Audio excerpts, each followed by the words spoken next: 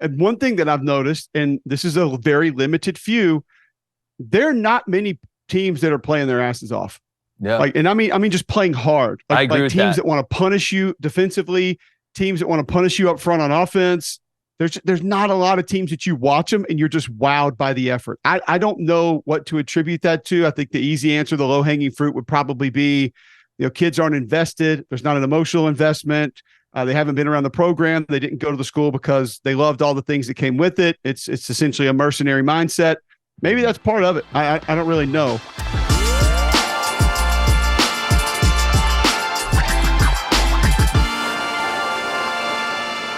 Saturday, yes. College football season, the best days ever of all time. And like I said all week, if I hear anybody say it's a subpar weekend, who said that? Football, David, I'm trying not to get upset. Who said it? Okay, I'm trying not to get upset. Point him out. I'm trying to be better. Trying to be a better. Future Jake would not be happy at present Jake if I got upset about that's who matters. There's no such thing as subpar matchups in college football. We complain about not having football forever, then it gets here and everybody's like, oh, every game's not the biggest game of all time. There's some really juicy matchups, and we're super excited to break it down with our special guest picker, former Auburn standout. You can find this guy everywhere. He's on ESPN, the SEC Network. He'll be in Oxford this weekend. The Cube Show podcast, you need to make sure and check that out. And Mac and Cube with our guy, Greg McElroy.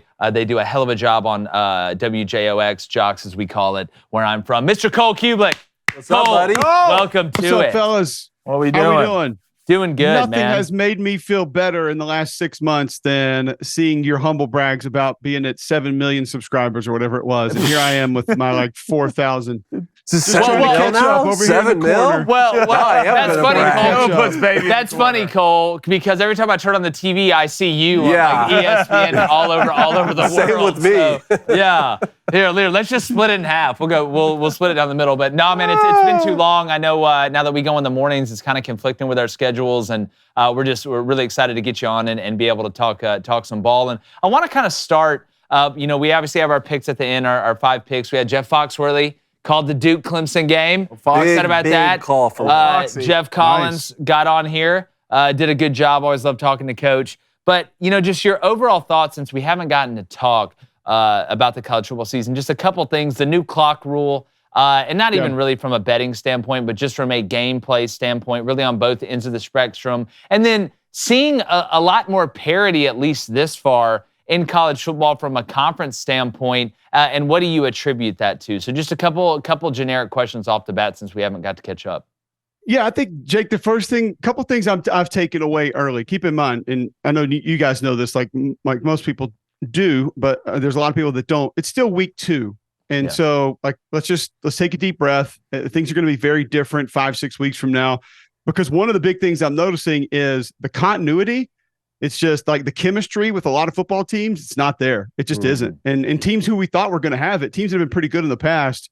And one thing that I've noticed, and this is a very limited few, there are not many teams that are playing their asses off. Yeah. And I mean, just playing hard. I agree with teams that want to punish you defensively, teams that want to punish you up front on offense. There's not a lot of teams that you watch them and you're just wowed by the effort. I don't know what to attribute that to. I think the easy answer, the low hanging fruit, would probably be, kids aren't invested. There's not an emotional investment. They haven't been around the program. They didn't go to the school because they loved all the things that came with it. It's essentially a mercenary mindset. Maybe that's part of it. I don't really know. And I do think from a portal perspective, that's changed a lot of that. And I also think people have the portal conversation a little bit backwards right now. A lot of people are saying, oh, the portal has flattened everything out. I think it is that, but I think it's more so the portal has kept the big dogs from being that much further away. So your Georgia, Ohio State, Bama, they're not just miles and miles and miles away from everybody else, where they have been in the past. We've seen that the last 8 or 9 years, whether it be Clemson, Bama, Ohio State, Georgia. They have felt like they are literally playing in a different galaxy than the rest of college football. I don't know if we have a lot of that this year, because it looks like there's some really good teams. And I thought there was only 4 to 6 teams that could actually win a national title going into this season. That field may be opening up a little bit just because there's not a lot of teams that are playing great football right now. And like McElroy made a great point on our show the other day, and he was actually laughing at me about it because we were kind of talking about offensive line play. He's like, you of anyone should know this. He's like, these kids haven't been hidden very long. They haven't been in pads very much. And I thought about it and I said, man, if you think back 8, 10, 12, 15 years ago, where these kids are right now through 2 full football games, we probably still had 20, 30% more plays in pads than they do at this point right now. Mm-hmm. So that's why I think we're going to see a big shift over the next 3 to 4 weeks once guys physically get acclimated and you get a little bit more continuity. Some teams are going to be very different going the right way. Some teams might be very, very different going the wrong way. No, without a doubt. I think you make a great point, and talking about kind of the playing together, the cohesion element of it. That's what I think makes is the most impressive part of what Deion Sanders has done up to this point at Colorado, is that they're actually winning games by not making mistakes. Because I'm a firm believer in most teams beat themselves in college football. Most teams don't win games. I think that's a true factor. And a rising tide, it does float all ships. But no, that's a very interesting point on the contact. I didn't think about that. Cole, we had some awesome non-conference matchups last weekend, chief among them Texas and Alabama. And Steve Sarkisian walked into Tuscaloosa and got a signature win as a head coach. I mean, it really was phenomenal to see, especially after spending time with that program under Nick Saban, winning a championship as the OC. You know, the Texas hype train is in full swing now, you know, as it should be. That fan base has a lot of pride. What are your thoughts on Texas moving forward for the rest of the season? And you know, on the flip side of that, what are you thinking about Alabama with Jalen Milroe at quarterback as they start to enter SEC West play? Yeah, I think the only real concern you might have with Texas is just they haven't been in this spot. And I do believe that's a real thing, is being able to manage expectations. There's more distractions to manage now than there ever has been in the world of college football. And as we have seen with Colorado, as Jake pointed out, they can get out of control in a hurry. That might be the second most impressive thing that they've done, is just sort of manage what happened after week 1 and not lay a complete egg week 2, because a lot of teams that got that much hype that fast, I'm not sure they would have shown up and played great football the next week, but they did. I had Texas in the playoffs, so I felt pretty good about them coming into the year. I think go back to that continuity we talked about. All 5 starters back on the offensive line. Jatavian Sanders back at tailback. Xavier Worthy, Jordan Whittington, Quinn Ewers. Those guys have been throwing 7-on-7. They've been throwing routes in practice for years. So they know exactly what the expectation is in that system with one another. They've been around each other. And I think they had a year last year to sort of iron out some of the things that didn't really go well and that they needed to sort of clean out. And I think you give Bo Davis a lot of credit, because that defensive line, more people should be talking about what that group has done this year, because that group was dominant in that game against Alabama. They caused a lot of problems. Some were still a little self-inflicted. I'll give the Texas kids credit for making the plays, but there were times that Alabama could have done different things, didn't need to be doing certain things. There were some receivers that were open and were going to be open that weren't seen. But nonetheless, the craziest part about it is not that they went to Tuscaloosa and won. They went to Tuscaloosa and took that game. You know, not many teams are kneeling with a couple minutes left and putting Alabama down at home like that. That does not happen. So I think Texas is a real national championship contender because they have that physicality we talked about. They're bringing it right now. And they have juice. They can score points, big plays, explosive plays. Sark's as good as anybody drawing them up. And now on up front on defense with that front 7, they've got real guys. And goodness gracious, if Catalon stays healthy the entire season, watch out, because not a lot of people talk about those safeties either. They had a great game for Texas, and Catalon's a difference maker. We saw it at Arkansas when he was healthy. He just couldn't stay healthy for an entire season. I think Alabama's facing a little bit of a fork in the road right now. I'm not going to be the one. I'm not walking out on the plank of talking about the program or any kind of a dynasty or having success in the future. I'm just about this season right now, just this year. It's really all I worry about referencing. They're at a fork in the road. They have some real decisions to make. And I think those decisions include, are you what you thought you were going to be? Can you be what you thought you were going to be? On both sides of the ball, by the way. And if you think you can be those things, how do you get there? And do you need to make some personnel changes along the way to actually make sure you can accomplish that? If they're going to be a team that plays bully ball and pushes people around and goes in and imposes their will on folks, you have to do it. I mean, it can't be pretend and it can't be part-time. And maybe are they better suited with a different guy quarterback if they're going to do that? Defensively, they may have to look at a few things in the secondary, how they're managing that. If they can't get more of a pass rush than they did Saturday night, they're not going to be able to play the kind of coverage that they want to for the entire season with the receiver groups that they're going to face. So I'm not saying it's coming to an end. That's not it at all. But for this particular team, if they want to try to win out and compete for a championship, any kind of championship, they are absolutely at a couple of forks in the road that they got to make some big decisions moving forward as to how are they going to manage it and who's going to manage it for them, and can they actually get there? Also, the penalties. You can't be more penalized at penalties. home than the other team. He had 15 the year before. You've had 25 penalties. And at least then it was like, oh, well, they're at Austin, or, oh, they were playing in Knoxville against Tennessee, and we still were saying it was unacceptable. You had double-digit penalties at home against Texas. They had 7. You had 10. You had multiple false starts by the center, snapping the ball, stuff you don't see. You had 0 sacks. Yeah, that's probably the part. Alabama had 0 sacks. When's the last time that's happened in a football game? Well, we've said the difference between Alabama, a couple years ago when they went back to bully ball, is that they had a monopoly on offensive linemen and defensive linemen. You can do that when you can line up at any point and run it down somebody's throat and stop whatever type of offense you're going up against because you have monopolized the trench warfare. But we said, we let off the show Monday, Texas's biggest opponent right now is prosperity. That's the biggest opponent they have. The most important thing that they have going on is what they ate for breakfast this morning and getting ready to go out and go to practice to take on Wyoming. And I mean, we talked all offseason about Jalen Milroe, and Blaine, this is something that we brought up. I don't know how you say, okay, we're gonna go to this style of offense. We want to line up in 11 personnel. We want to play bully ball. We want to just line up, run counter, all of our gap scheme plays, and be bullies. And then look at Jalen Milroe and say, yeah, we definitely need to let this guy go through a 3-step and a 5-step drop and go through his reads. Yeah. To me, I mean, if you're going to adjust to your personnel during this transitory period, the offense needs to look a lot more like 2013 Auburn with Nick Marshall. And you saw a little bit of that at the beginning of the game. I mean, hell, they were sitting there running the RPO where he kept his own read and then spit it over to Jermaine. He's best out of the pocket. Dude, that's what he is. Yeah. But, how do you not see that during fall camp? Because you make up your mind where you're going to throw the ball before the ball is snapped. That was the thing that shocked me. I don't know. All these QB gurus, you got to remember, Jimbo watched Haynes King and said, we need to start him. Yeah, I still can't believe that. I still think somebody has pictures of somebody on that. I agree. Cole, let's go out west a little bit. I want to talk about USC, Lincoln Riley, and you see the group they're starting to build on defense a little bit with Alex Grinch, Bear Alexander, a couple other transfers that they got kind of beefed up front on the defensive line. Defense playing a little bit better this year. Is USC's defense good enough to take them to the playoffs and to the championship this year? I don't even think it's good enough to go to the playoffs, honestly. And I don't think it's just on the defense, to be perfectly honest with you. I do need to take a little bit of a step back because I actually went and watched that offense Monday night on the plane ride home. And I'm going to be honest with you guys. I'm going to try to be as nice as I can. I saw some things that I couldn't believe in that game. When USC had the football, I saw some amazing things, some things that I never thought that I would see. And not one of them was wearing a USC jersey. That Stanford defense has falling off a cliff faster than anyone could have ever Cole, it's that imagined. bad. It's that bad. I watched them. It's that bad. It was atrocious. And I've never seen more guys on the ground, more guys being thrown down, more guys just seemingly lost in coverage. It was embarrassing, honestly. And that's why I'm not going to prop them up just yet. Through the first 2 games, the things that I noticed about them, to me, this is kind of the way that I'm describing USC right now. Sure, it can change. It absolutely can. They love doing the cool stuff. They love it.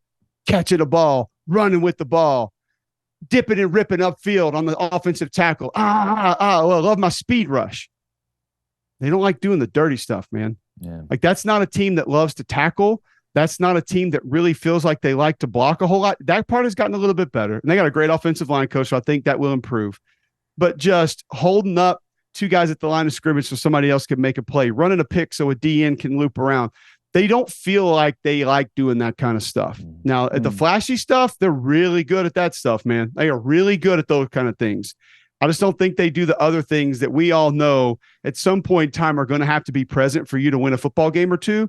And let's be real, that conference is really good this year. Yeah, they are. I think Washington is really good. I think Oregon is good. I think Utah's going to keep getting better. They're going to be a handful. Colorado's already shown you that they're going to be a handful. I just called Mississippi State and Arizona last week. I'm going to tell you, Jed Fish is getting that thing right. Yeah. Arizona's got some dudes. And we were talking about effort. If you want to watch a defense, there is no secret that Chuck Cecil is on the Arizona defensive staff. Because by God, those kids play like it. I'm going to tell you right now, they're not overly concerned about getting you to the ground. They're trying to get you out of the game. And I'm not saying it's dirty at all, but I'm saying they have some killers on that side of the football. It's fun to watch, man. So Arizona's going to be a handful. If you can limit, I'm not even going to say not have it. If you can just limit DeLara throwing the other team the football, they're going to have a chance to win a lot of games. They got an NFL receiver, 2 NFL receivers, NFL running back, NFL left tackle, NFL defensive lineman. But they're fun to watch, man. So the Pac-12 is just going to be brutal. Yeah. And I'm not, USC doesn't feel like this. man, this sounds weird. On the last year of it, they don't feel like the type of team that's going to be able to get through that conference this year. I can't believe I just said it. But that's just kind of the way I see it right now. I mean, in Oregon State too. I mean, Oregon State probably plays your favorite Oregon style State's of ball up offensive front. line is so much fun to watch. They're so Dude, those Jonathan backs, Smith's such. They those backs punish run you so hard. They really do, and I think they're a little more athletic defensively. I think what they're asking DJ to do is absolutely perfect for him. Mm-hmm. He's not throwing 40 times a game. He's not trying to get to his fourth or fifth read. It's just 1-2, tuck it and go. Like, we'll add a couple Q runs. We'll do a couple different things. We'll make life easy on you. A play action here or there. We'll roll you out. And that run game is awesome, man. Yeah. Those they got a bunch of glass eaters up front, and so they're gonna be tough. And hell, Cam Ward at Washington State, man. Yeah. Oh, I mean, look, I mean, the the Pac-12 is a legitimate problem, and the greatest stroke of irony of all time is that conference dissipating. Well, you said Lincoln Riley. You know what USC looks like to me, and I want to preface this with saying Oklahoma had some really good offensive lines. I don't want to pretend like Oklahoma had some guys in the offensive line that could really do it. Bill Beatenbow did a great job there. Yes. I agree, but they look like every single Lincoln Riley team I've ever seen. That's what they look like to me. You know, and it's the reason he won the whole thing. You don't have a balanced team. You have to have some, not that both sides have to be elite. You need one elite side of the ball and the other side of the ball to be good enough, right? It just that's what they look like to me. But I mean, at the end of the day, I'll tell you the other part real quick about USC that I'm mildly concerned about, and I don't know how much you guys have watched them. They allow Caleb to roam a lot outside of the pocket, like this little pop pass stuff, flat down the line of scrimmage. It's not necessary.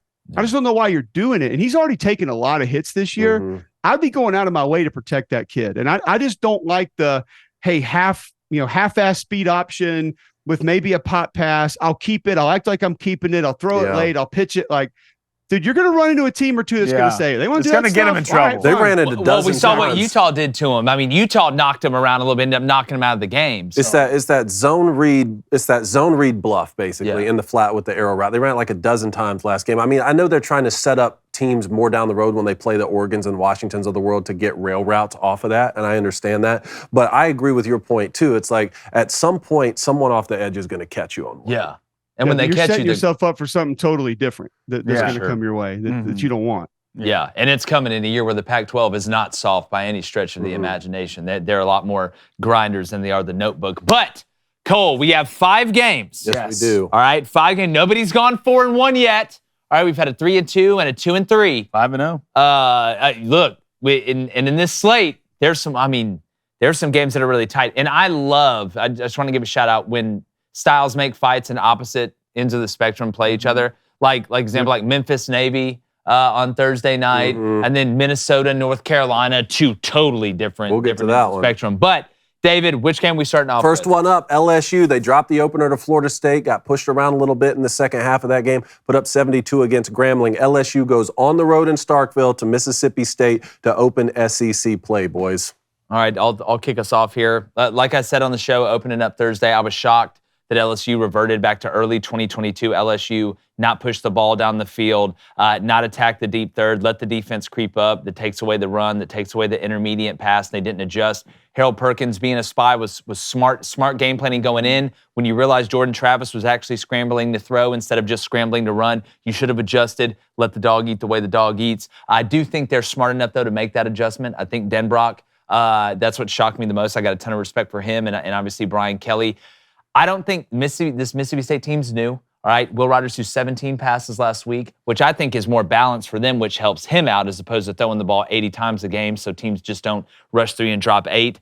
I think LSU takes that physical mindset that they didn't have at the end of the game against Florida State. They stop the run with Mason Smith back. That's going to help Wingo out. I like LSU to win this game. I'm going back and forth on a cover. It's a 9.5 the last time I saw it. That's a lot. I actually like the under in this game. Give me LSU by a touchdown. Blaine, who you taking? I like LSU in this game. I mean, LSU won last 4 to 5 meetings. I think Mississippi State's going to want to be able to run the ball, but I think in LSU, you're going to see a different LSU defensive line show up to this game than you saw in Florida State. So give me LSU, Jane Daniels, and the boys, but I do like Mississippi State to cover. Cole, how you feeling?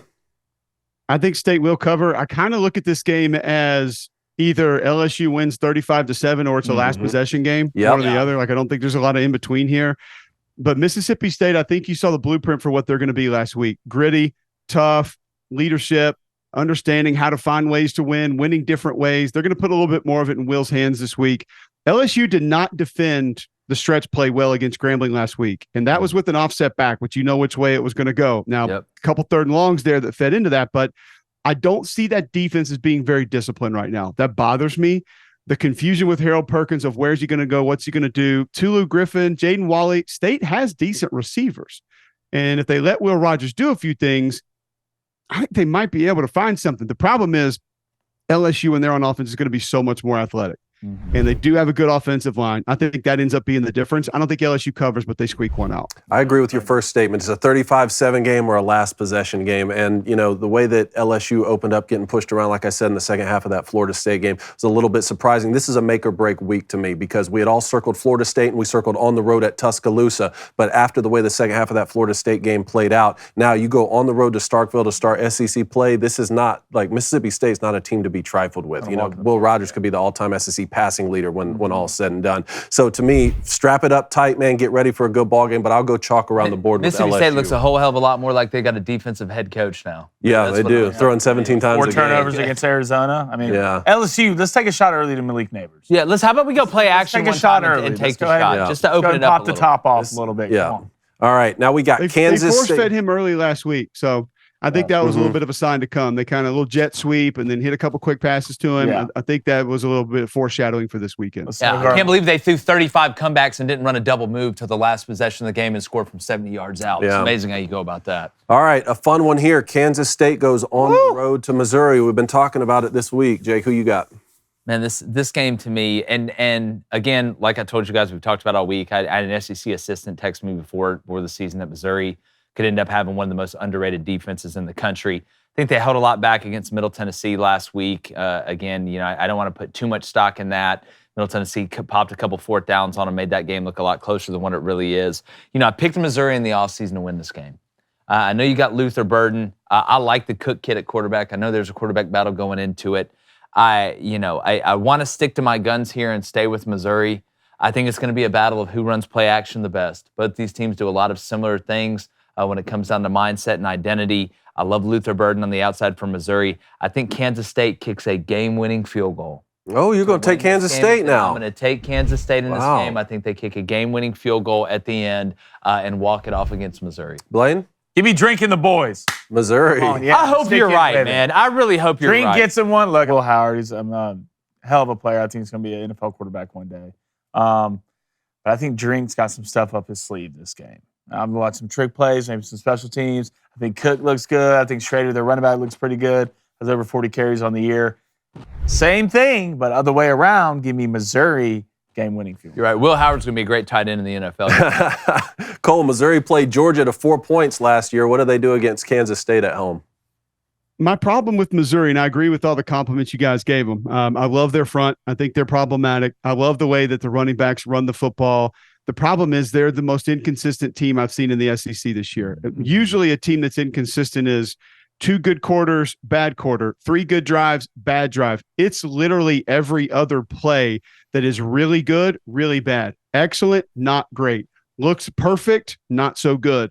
So I don't really know what to make of them. I do think they have a chance to make Kansas State a little bit one-dimensional. K-State not running the football very well, but I don't think Brady Cook has found that calm in the pocket just yet. That's what concerns me even more so. And if he begins to force things and he begins to try to do some things that maybe he doesn't need to be doing, I could see Kansas State grabbing a couple of turnovers.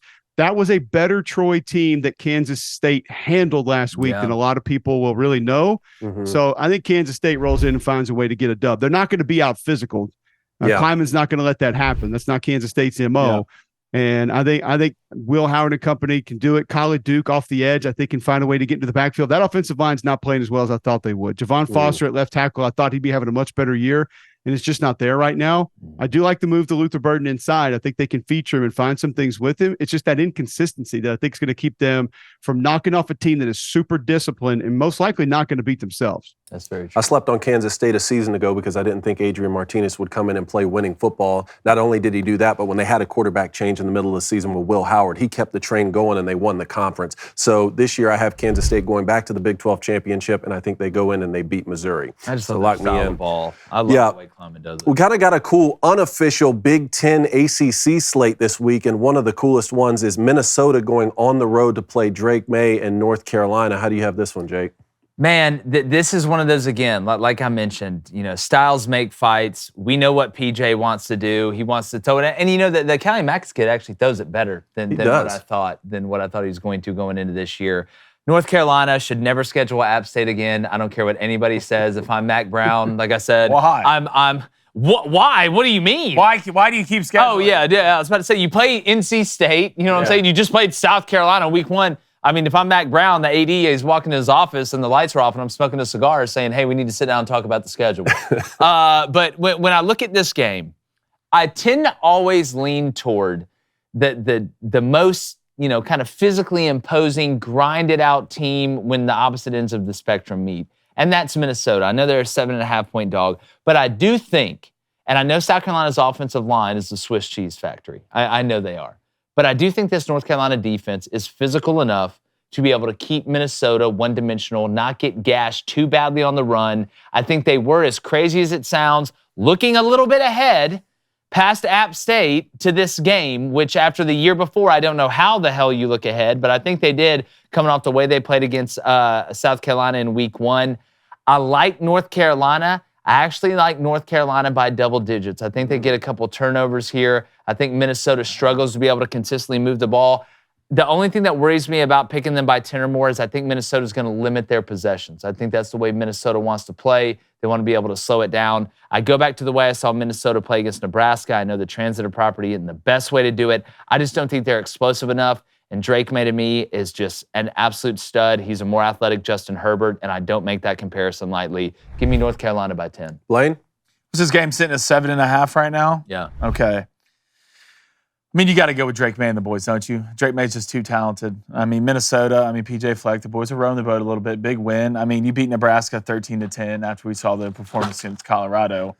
You only scored 13. What a disappointing. You gave up 10, which is crazy. Jeff Sims can barely complete a pass or catch a snap. I don't think the UNC defense is Georgia from 2 years ago. Guys, they got 9. I'm not saying that either. I'm not saying that either. But I do think they've gotten a little bit better. So give me Drake May right now. Only 2 touchdowns, 2 interceptions. And the running back does have 5 touchdowns, but he's got to start improving a little bit, making a little bit of better decisions. I think that starts this week against Minnesota. I just don't think Minnesota can keep up. I don't think they can keep up. Cole?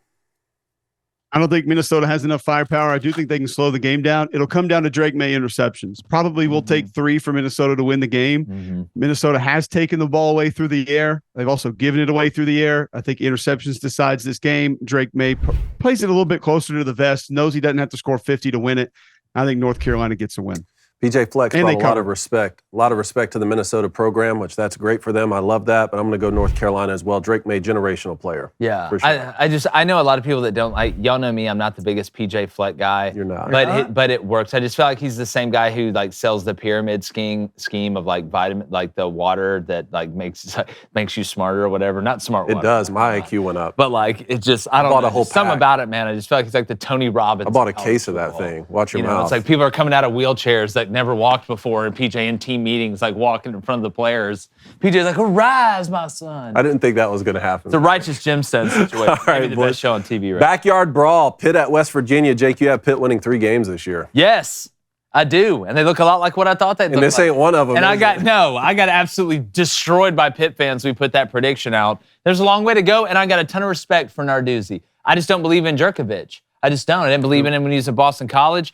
We got told by a big-time scout, this dude is absolute fool's gold. Do not fall for it, regardless of what anyone says. And I don't think Pitt, they're giving up explosive runs, right? This is what's weird to see. They're not just giving up 6 at a time, 7 at a time. It's like, hey, 2 yards behind the line of scrimmage, 80-yard touchdown run. And when I look at West Virginia, what's West Virginia's strength? That offensive line. I think West Virginia's got one of the most underrated offensive lines in the country. I'm just glad they're playing this damn game after they stopped playing it in 2011, played it last year. Neil Brown has to have it.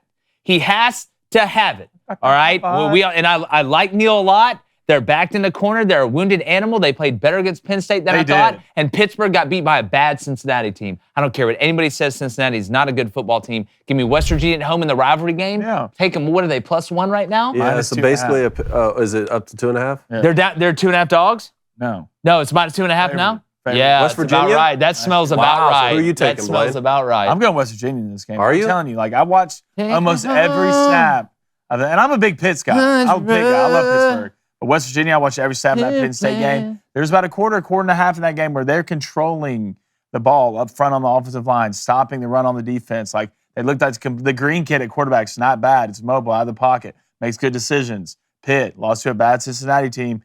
Give me West Virginia, and you might be able to play this up a little bit. Cole, does Pitt go into West Virginia and win this game? No. I will say one thing about Cincinnati they have is a really good defensive line. Watch that group. They do. got a couple I agree guys with that get that. after it. I agree with that. But I really think we kind of all lose with this game because there's no way it's going to be quality football, and I don't think it's going to be enjoyable to watch other than McElroy being on the call. I don't know if we can pick a game where no one actually wins, but I would probably I'll go Cal? West Virginia. That would have been right there in that category. I'm going to go with Jake. I think Neal has to have it. I think they're a little bit more capable up front.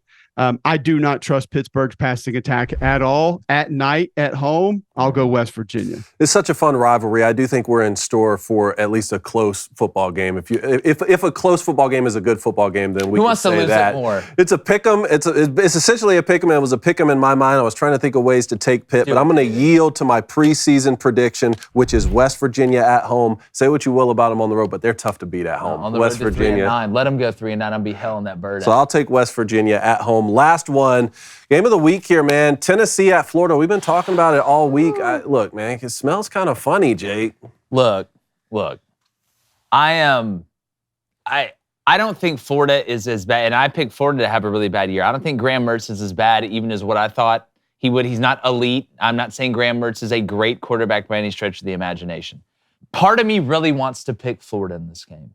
Yeah, I really do, because if you go back and look at that Utah game, they outgained them. All right, and I know Utah, their third-string quarterback. It was timely mistakes, right? 2 guys with the same number on 4th and 4 to extend the drive. 3rd and 1, first possession, you get a false start, 3rd and 6, punt it. They throw a 70-yard bomb on the first play. But you know who makes timely mistakes? Bad football teams do. That's what they do. I think Tennessee, and everybody's going to talk, and we've talked about Joe Milton and the warp drive offense, and Brew McCoy needs to play better. Keaton needs to make that catch. They got a good running game. Tennessee, I think, is a defensive football team this year. I think they are a defensive football team. I think that defense is a lot stronger than what people think. I think that's a compliment to Josh Heupel, at least early. I know they played Austin Peay. I mean, how do you only beat one guy by 17 points? And then a Virginia team that's just not very good. I think Tennessee, this is similar to what we were talking about earlier. I think it's going to be similar to the Kansas State-Missouri game. I think this is a low-scoring game. The under was one of my locks of the week in this game. I like that. I like Tennessee by 3 or 4. I feel like this is going to be a 27-24 type game around there, maybe a defensive or special team touchdown. I think Tennessee sneaks away. Joe Milton struggles to make the routine throws routine, turns it over once, maybe twice to keep Florida in it. I just have a hard time believing. I think Tennessee knows how to win. I think Florida's learning how to win. And I think that's the difference. There you go, Blaine. Tennessee. Gators in the swamp? Do it. Do it, Blaine. Do it. You got the Gators in the swamp. You got the mustache. Come on, man. I don't believe in Joe Milton, but you also don't believe in Grant Mertz. What do you mean you don't believe me? He's a real person. But I just believe in Josh Heupel and his system. And Tennessee's been running the ball so well, and Florida can't run the ball at all. Do it. You average 0.6 yards against Utah. Do it. So with all this being They didn't said, try, though. I know. I think I only had like 12 carries, but Do it. with all this being said, I'm picking Florida. Okay. Oh, there we go. I said Joe Milton won't make it through half the season being the starter. This is and the downfall? downfall begins now. Give me Grant Mertz and his You were the dirty chosen shorts. one. Come on, Grant. Hey, Pearsall, big game. I think the receivers for Florida. You're like OB1 right now. Cole, you want to co-sign You're the that high pick ground. there or what? No, I think there are some good points. I think Ricky Pearsall's the only one they got, though. They needed Andy Jean and some of the young freshmen to step up. They haven't done it yet. I will say the play against Utah wasn't good. It was a lot of east and west. They didn't give themselves a chance to run inside outside zone, which is what that offense is built off of. And they tried to get all the cute stuff in early, and it just wasn't going to go against that Utah team. The protection was terrible. I think they're going to get Kingsley back at center. That'll be a big boost for Florida. The problem is Florida's not very twitchy on defense. I love Austin Armstrong. He's going to do a great job. He doesn't have the guys right now to create things individually. I think he's going to have to try to create some things. And as you guys know, that offense doesn't provide you a lot of room to be able to do that because they're going to spread you out. I mean, you got to play a lighter box. You got to decide what to do with your alley defenders. I don't understand why people hate Joe Milton right now. He's completing 67% of his passes, 4 touchdowns, no picks. He's running the offense. He's throwing checkdowns. He's tucking it and running when he gets under pressure. A couple of the incompletions he's had, he was under pressure. They finally got Mincy over to right tackle, which they, for some reason, he didn't want to do that before the season, even though the kid in front of him went 10th overall last year.